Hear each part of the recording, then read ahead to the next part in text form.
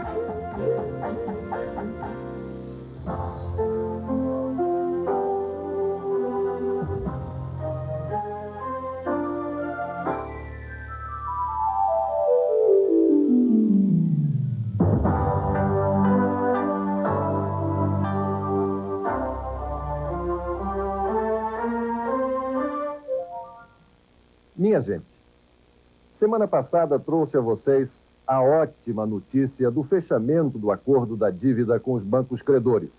Um acontecimento da maior importância que nos ajudará a retomar o crescimento econômico tão necessário para a melhoria das condições de vida de todos os brasileiros. Volto hoje para falar de um assunto vital para o nosso futuro: a proposta de reforma fiscal que o governo está enviando ao Congresso. Antes de mais nada, quero dizer que a reforma vai significar muito para o senhor, para a senhora contribuinte que paga impostos e exige ver esses impostos traduzidos em mais e melhores serviços públicos, nas áreas de educação, da saúde, da segurança, do transporte, da moradia. A reforma fiscal coroa todo um processo de modernização brasileira e tem como bases o programa da privatização, a liberalização de nossa economia, a recuperação das reservas cambiais, a atenção com as crianças, os SIACs, a reforma do Estado. Esse processo significa, acima de tudo, um basta à recessão. O Brasil precisa e vai voltar a crescer. Nos últimos anos, as nossas estradas se deterioraram, a escola pública perdeu a sua qualidade, o ensino piorou nas universidades, ciência e tecnologia não tiveram as verbas de que necessitam, os programas de energia, de irrigação e de telecomunicações perderam o impulso, os hospitais entraram em estado pré-caótico. E qual a causa de todos esses males, minha gente? A resposta é clara. O Estado, a União, perdeu a capacidade de investir, isto é, o dinheiro que arrecada não foi suficiente para cumprir com suas obrigações. É preciso, portanto, recuperar essa capacidade, aumentando as poupanças pública e privada, e buscar atrair o capital estrangeiro que vai ajudar a retomar o desenvolvimento. Com o ajuste de todas as suas dívidas com os credores externos, o Brasil recuperou o crédito junto à comunidade financeira internacional. E assim, desde que tenhamos as nossas contas internas equilibradas, o que será possível com a reforma fiscal, e fortaleçamos a segurança das regras estáveis na economia, faremos com que a poupança privada, daqui e lá de fora, volte a ter estímulos para investir no país. O equilíbrio das contas públicas, combinado com a racionalização das despesas, fará com que o Estado gaste menos do que arrecada, tendo assim capacidade de investir essa diferença entre o que arrecadou e o que vai gastar, ou seja, os superávites, investindo essa soma em infraestrutura na área social em benefício de todo o conjunto da população brasileira. Posso assegurar que o Brasil, dentro de um espaço muito curto de tempo, voltará a crescer, saindo da recessão, gerando riqueza e emprego e, principalmente, saldando a imensa dívida social que perdura há séculos. Minha gente, mas como será a reforma fiscal? Como ela vai afetar o seu dia a dia?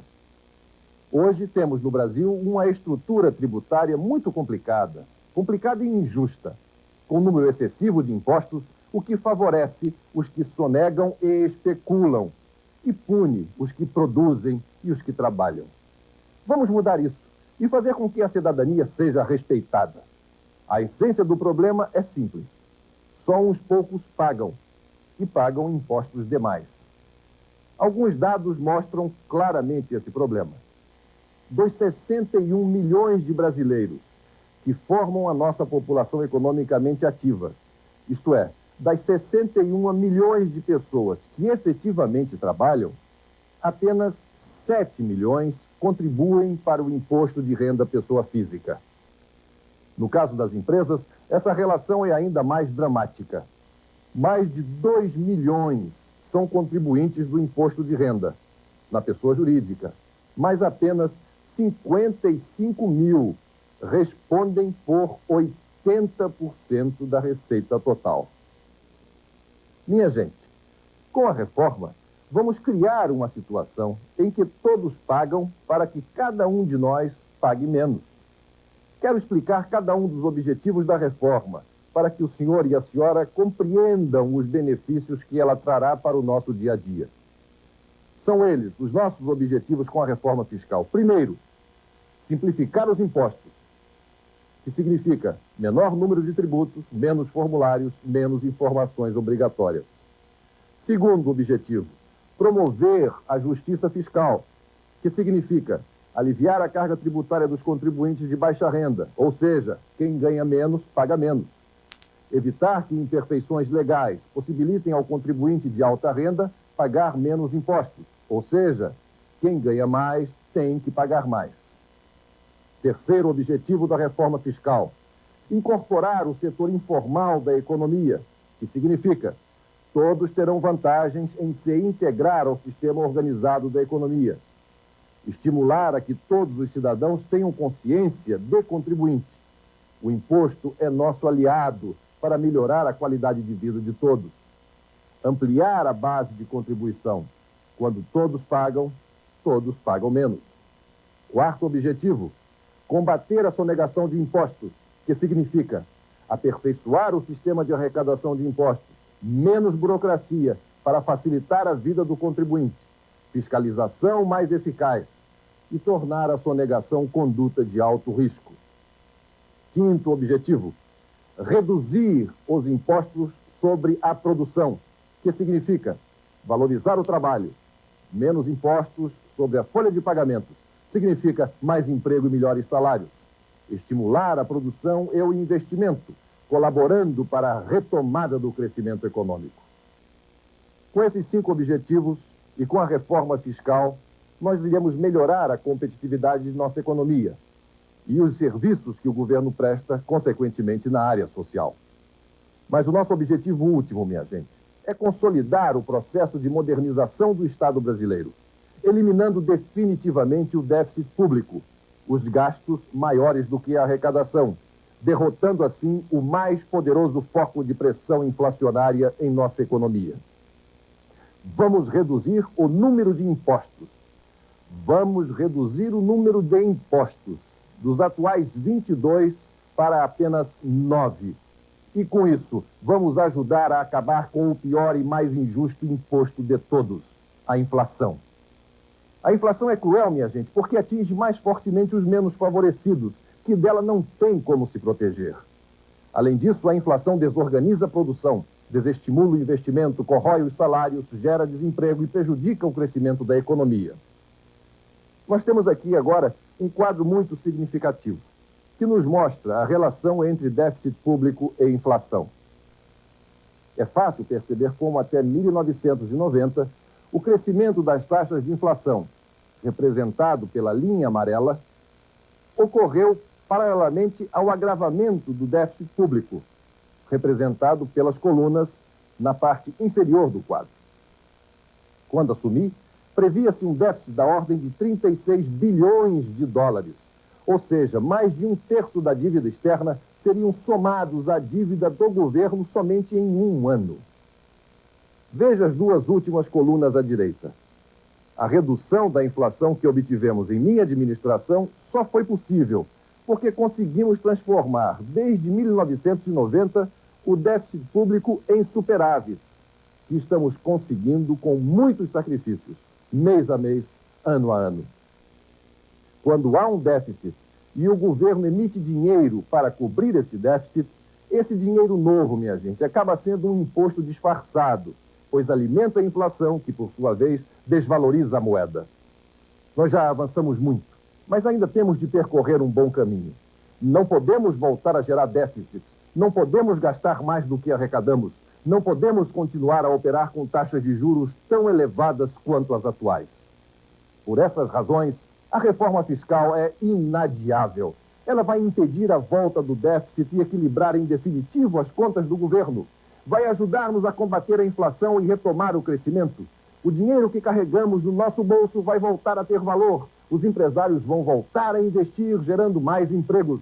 Os salários vão ter um aumento real, com a maior demanda de mão de obra, e com isso os trabalhadores vão poder comprar mais, melhorando suas condições de vida. Minha gente, peço aos trabalhadores, aos empresários, às donas de casa que se informem sobre essa questão da reforma fiscal, porque ela é decisiva para o nosso futuro. Numa recente pesquisa de opinião pública, ficou patente que os brasileiros já despertaram para o problema. 58% dos entrevistados concordam em que a economia do país só vai melhorar quando mudar o nosso sistema de impostos. 82% declararam que os impostos no Brasil são muito altos. A reforma fiscal que estamos propondo ao Congresso é fruto de estudos que levaram meses. Foram ouvidos trabalhadores, empresários, políticos, especialistas. Cada sugestão pertinente, cada boa ideia foi aproveitada nessa proposta. Como disse, é imprescindível que o senhor e a senhora se informem sobre um assunto tão importante e urgente e façam chegar aos deputados e senadores a sua preocupação para que essa reforma seja aprovada o quanto antes. Estou confiante em que o Congresso Nacional se dedicará com empenho ao tema, pois conhece a urgência da sociedade brasileira de alcançar um sistema mais justo. A reforma fiscal faz parte de um conjunto de medidas que obedece a uma absoluta coerência. O primeiro estágio dessas medidas, adotado logo depois que assumi, estancou com medidas vigorosas o processo inflacionário que ameaçava a tudo e a todos, com graves riscos ao país. O segundo estágio foi da identificação das causas estruturais da inflação, para eliminá-las, sob pena de ficar o país sempre na dependência de planos, que, em última análise, somente combatiam efeitos e faziam o processo recrudescer sempre mais violento. Entre estas, ainda se afigurava como a mais relevante o déficit público, distorção crônica e crescente que, inibindo investimentos, tornava a poupança pública negativa. Impunha-se repensar o papel do Estado, adequando-o à sua exata dimensão, estancando a imensa sangria provocada pelo serviço da dívida interna, isto é, livrando-o dos pesados juros e correções. O preparo da privatização, rigoroso nos métodos e vigoroso na sua dimensão, em última análise, troca ativos estatais perdulários e geradores de déficit por substancial parcela da nossa dívida interna.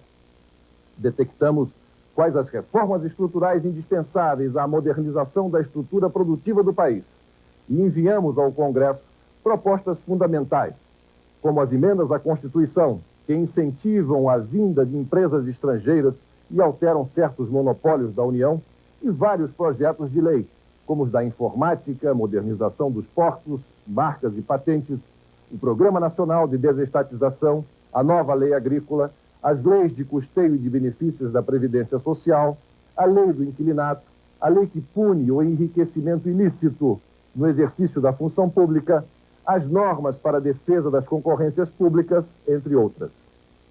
A maioria delas já foi aprovada ou se encontra em fase final de apreciação. A reinserção do Brasil na comunidade financeira internacional, minha gente, já está assegurada. Fizemos os acordos com o Fundo Monetário, com o Clube de Paris e, recentemente, como se lembram, com os bancos privados credores. Estamos aptos, portanto, a voltar a ter a poupança externa como indispensável complemento ao esforço de investimentos internos tão reclamados e urgentes. E, finalmente, como coroamento de todo esse processo, a reforma fiscal. Com ela, recuperaremos a poupança pública, consequentemente, a capacidade de investir, eliminando para sempre, rogo a Deus, o déficit público. Com a ajuda de todos, daremos um sim ao desenvolvimento e salários melhores. Daremos um sim ao emprego. A palavra de ordem é, portanto, a retomada do desenvolvimento com justiça social. O Brasil, minha gente, tem que continuar avançando e de forma mais rápida para que os problemas econômicos e sociais de milhões de brasileiros sejam amenizados. A disposição do governo, como todos sabem, é de continuar trabalhando, e trabalhando muito. Vamos acabar com os entraves burocráticos, vamos nos modernizar. Porque você, cidadão brasileiro, tem direito a ser mais bem atendido pelo Estado. A reforma fiscal é um instrumento decisivo e poderoso para que isso aconteça. Deus haverá de nos ajudar nesta tarefa. Boa noite.